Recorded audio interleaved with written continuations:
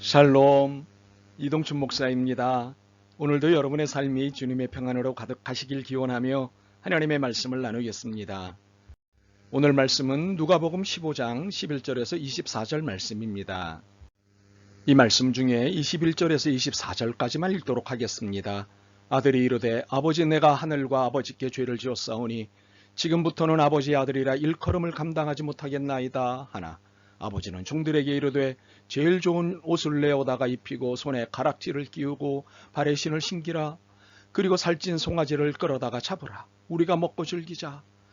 이 내 아들은 죽었다가 다시 살아났으며 내가 잃었다가 다시 얻었노라 하니 그들이 즐거워하더라. 아멘. 누가복음 15장 11절에서 24절 말씀을 본문으로 하나님 아버지라는 제목의 말씀을 나누도록 하겠습니다. 혹시 오래전에 회자됐던 이름이라 기억 못하실 수도 있겠지만 그래도 한번 여쭤보겠습니다. 배형진, 김진호, 강민휘 이분들의 공통점이 있습니다. 무엇인가요? 신체적 결함을 딛고 일어선 분들입니다. 배형진 씨는 마라톤으로, 김진호 씨는 수영으로, 강민휘 씨는 영화배우로 자신의 신체적 결함을 이겨낸 분들입니다. 이분들을 생각하면 코끝이 찡해집니다. 그런데 이분들이 이렇게 성장하기까지 뒷받침한 부모를 생각하면 눈물이 납니다. 부모의 헌신적인 사랑이 이분들을 있게 했기 때문입니다. 성경에는 부모의 사랑을 보여주는 곳이 여럿 있습니다. 그 중에 누가복음 15장은 으뜸입니다. 어떤 사람에게 두 아들이 있었습니다. 첫째 아들은 아버지에게 순종적이고 성실했습니다. 그러나 둘째 아들은 자기중심적이고 반항적이었습니다. 어느 날 둘째는 아버지의 재산 중 자신에게 돌아올 몫을 미리 떼어줄 것을 요청합니다. 아버지는 어차피 언젠가는 줄 것인데 하면서 몫을 떼주었습니다. 그런데 며칠이 안 되어 둘째는 자신의 몫의 재물을 가지고 먼 나라로 떠납니다. 그는 자기 세상을 만난 듯 돈을 물수듯 합니다. 아무리 갚으라도 없어지는 데는 장사가 없습니다. 어느 순간 그 많던 재산을 다 썼습니다. 그런데 평소 그에게 신세를 진 사람들이 제법 있었을 터인데 아무도 그를 챙기지 않았습니다. 더욱이 그것에 흉년이 들어 인심은 더욱 각박했습니다. 사실 좋은 때 좋은 것이 어려워지면 등을 돌리는 것이 세상의 모습입니다. 겨우 일자리를 찾았는데 돼지를 치는 일이었습니다. 먹을 것이 넉넉치 않으니 제대로 된 보수도 양식도 잠자리도 제공되지 않았습니다. 하도 배가 고파 돼지가 먹는 쥐엄 열매로 배를 채웁니다만 이것조차 부족할 뿐입니다. 이제 아버지가 생각이 납니다. 인자하신 아버지, 자식을 위해서라면 모든 것을 희생하시는 아버지, 자신이 떠나던 날 그렇게도 아파하시던 아버지가 생각이 나는 겁니다. 그러나 벼룩도 낯짝이 있지 차마 돌아가기가 쉽지 않았습니다. 결국 결심을 합니다. 그래, 가보자. 가서 내가 하늘과 아버지께 죄를 지었사오니 지금부터는 아버지의 아들이라 일컬음을 감당하지 못하겠나이다. 나를 품꾼의 하나로 보소서라고 하자. 그러면 받아주실지도 몰라. 그렇지 않으면 다시 돌아서자. 아버지께 가는 발걸음이 그리 쉽지 않습니다. 아주 무겁습니다. 몇 번이고 되돌아서기를 반복하며 무거운 발걸음을 아버지 집으로 옮깁니다. 느린 걸음을 걸으며 지난 세월을 후회합니다. 나는 왜 이리 못났을까? 라며 하염없이 흐르는 후회의 눈물을 훔치는 중 어느새 아버지 집에 가까이 왔습니다. 저 멀리 희미하게 아버지 집이 보입니다. 흐르는 눈물과 함께 아버지 집은 더욱 흐릿하게 들어옵니다. 그런데 그의 흐릿한 시야에 무엇인가 자신을 향해 달려오는 물체가 보입니다. 아버지 집입니다. 먼 거리였음에도 아버지는 둘째 아들을 알아보고는 단걸음에 달려오신 것입니다. 우연히 아들을 알아보신 것이 아닙니다. 아들이 오기를 기다리셨기에 거리가 멀었어도 금방 알아보신 것입니다. 아버지는 달려와 아들의 목을 껴안고는 입을 맞춥니다. 아들은 너무 민망하고 송구합니다. 그래서 오면서 내내 품고 되뇌었던 말을 꺼냅니다. 내가 하늘과 아버지께 죄를 지었사오니 지금부터는 아버지의 아들이라 일컬음을 감당하지 못하겠나이다. 나를 품꾼의 하나로 보소서. 그러나 아버지는 그 말에 관심이 없으십니다. 이 말씀만 하실 뿐입니다. 내 아들은 죽었다가 다시 살아났으며 내가 잃었다가 다시 얻었노라. 그리고는 하인들에게 지시하십니다. 제일 좋은 옷을 입히고 손에 가락지를 끼우고 발에 신을 신겨라. 살찐 송아지를 잡아 잔치를 준비해라. 제일 큰 잔치를 준비해라. 아버지의 기쁨은 말로 다 표현 못할 기쁨이었습니다. 둘째는 아버지의 사랑에 아무 말도 할 수 없었습니다. 이것이 기독교가 말하는 하나님의 사랑입니다. 그렇습니다. 하나님은 다 주시는 아버지이십니다. 둘째가 아버지께 자신의 몫의 재산을 요구했을 때 이유를 달지 않고 주십니다. 전 재산을 다 허비하고 그것도 거지의 모습으로 돌아왔지만 이유를 묻지 않고 최고의 것으로 입히시고 먹이십니다. 자신을 하인의 하나로 취급해달라고 할 때도 너는 죽었다 살아난 내 아들이라며 온몸으로 사랑을 주십니다. 하나님은 우리가 죄로 인해 늘 한계 상황에 놓인다는 사실을 아시기에 마음이 아프십니다. 그래서 이 한계 상황을 대신 감당하시기로 결정하셨습니다. 그래서 십자가를 지셨습니다. 이 십자가로 말미암아 우리는 죽음과 질병과 고난 등과 같은 죄로 인한 불행으로부터 벗어날 수가 있습니다. 조창인 씨의 작품에 가시고기가 있습니다.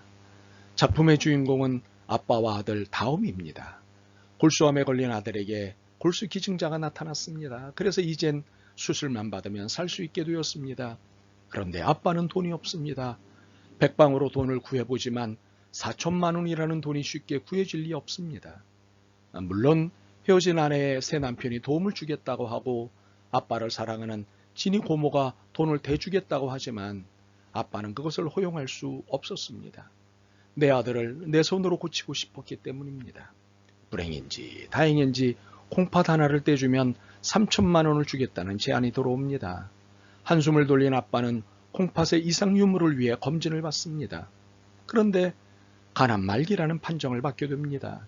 그래서 콩팥을 팔 수 없게 됩니다. 그러나 자신의 말기 간암은 중요하지 않았습니다. 아들이 사는 게 중요했습니다. 신체 중에 이상이 없는 각막을 팔기로 결심을 합니다. 아들을 위해서라면 이보다도 더한 것도 할 수 있기 때문입니다. 아빠는 아들의 수술 시간에 맞춰 올 수가 없었습니다. 수술에서 깨어난 아들 앞에 나타난 아빠는 한쪽 눈이 붕대에 감겨 있었습니다. 아들은 그 모습이 이상하기도 하고 속이 상했지만 아빠가 옆에 있다는 사실만으로 기뻤습니다.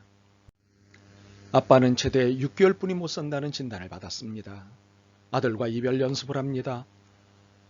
이혼한 엄마를 딸려 프랑스로 보냅니다. 아빠는 진이 고모 곁에서 죽음을 맞이합니다. 눈이 내리던 날 새벽 아들과 약속했던 교회를 한 번도 나가지 못했다고 후회하며 기도라도 해야겠다고 합니다. 그리고 기도를 합니다. 그리고 그렇게 기도하는 자세로 고요히 죽어갑니다. 아빠는 진이 고모에게 이런 말을 한 적이 있습니다. 이런 말 알아? 사람은 말이야. 아이를 세상에 남겨놓은 이상은 죽어도 아주 죽는 것이 아니래. 하나님은 이처럼 우리에게 모든 것을 다 주시는 아버지이십니다. 그리고 하나님은 기다리시는 아버지이십니다. 둘째가 자신의 인생을 후회하며 너무도 죄스러운 마음으로 집으로 돌아올 때 아들을 먼저 발견한 것은 아버지입니다. 아직도 거리가 먼데 아버지는 아들을 알아봅니다.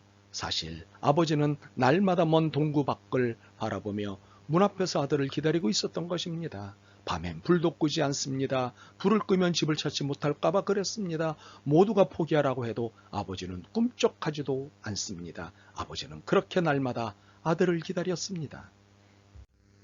하나님은 지금도 여전히 우리를 기다리시는 아버지이십니다. 우리가 하나님 품으로 돌아올 때까지 기다리시는 아버지이십니다.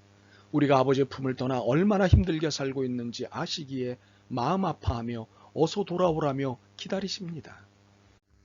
세상살이 쉽지 않습니다. 내 마음 먹은 대로 되지 않습니다. 사는 것이 거의 살얼음판을 걷는 것 같습니다. 더욱이 중년 이후의 삶은 더할 것입니다. 잠시라도 이러한 것을 잊어보려고 술을 마셔봅니다. 여행을 떠나봅니다. 운동을 해봅니다. 투기도 투자도 해봅니다. 그러나 이런 것들로는 결코 마음의 허전함과 허무함을 채울 수 없습니다. 불안은 가중될 뿐입니다. 이런 우리의 불안을 아시기에 어서 돌아오기를 기다리시는 하나님 아버지이십니다. 아버지 집에는 내가 걱정할 일이 없습니다. 아버지의 풍요로움을 내가 다 누릴 수 있기 때문입니다. 참으로 하나님은 잔치를 베푸시는 아버지이십니다. 둘째가 거짓 모습으로 돌아왔지만 아버지는 그에게 가장 좋은 옷을 입히며 잔치를 준비시키십니다. 굶었을 아들에게 제대로 맛있는 것을 마음껏 먹이고 싶은 아버지는 잔치를 엽니다. 물론 동네 사람들과 함께 기뻐하고 싶은 것입니다. 이 기쁨을 사방에 자랑하고 싶은 것입니다. 그렇습니다. 하나님은 돌아온 아들을 기뻐하시고 자랑스러워하시는 아버지이십니다. 집을 나갔다 왔다는 것이 부끄러울 법도 합니다만 아버지는 그런 것을 개의치 않으십니다. 자랑스럽기만 합니다. 돌아왔다는 것 자체만으로도 하나님의 기쁨이 됩니다. 그래서 잔치를 열면서까지 그 기쁨을 표현하십니다. 혹시 이런 환대를 받아보신 적이 있나요? 집안 망신시키고 사고치고 돌아온 자식에게 환대할 수 있나요? 아마 쉽지 않을 것입니다. 그러나 하나님은 이렇게 하시는 아버지이십니다. 지은 죄를 용서하시고 죄 용서받았음을 공개적으로 인정하시는 아버지이십니다. 아버지이신 하나님은 언제나 여러분을 기다리십니다. 이제 발걸음을 아버지 집을 향해 떼십시오. 거리가 멀어도 알아보시고 달려와 안아주실 것입니다. 그리고 잔치를 베푸실 것입니다. 내 아들이 돌아왔다. 어서 오십시오. 아멘. 주님, 죄송합니다. 너무도 멋대로 살고 있기에 주님께 완전히 가기가 쉽지 않았습니다. 그러나 이제 용기를 냅니다. 아버지이신 하나님께 발걸음을 옮깁니다. 받아주옵소서. 예수 그리스도의 이름으로 기도드립니다. 아멘. 오늘도 여러분의 믿음과 삶을 응원합니다. 사랑합니다.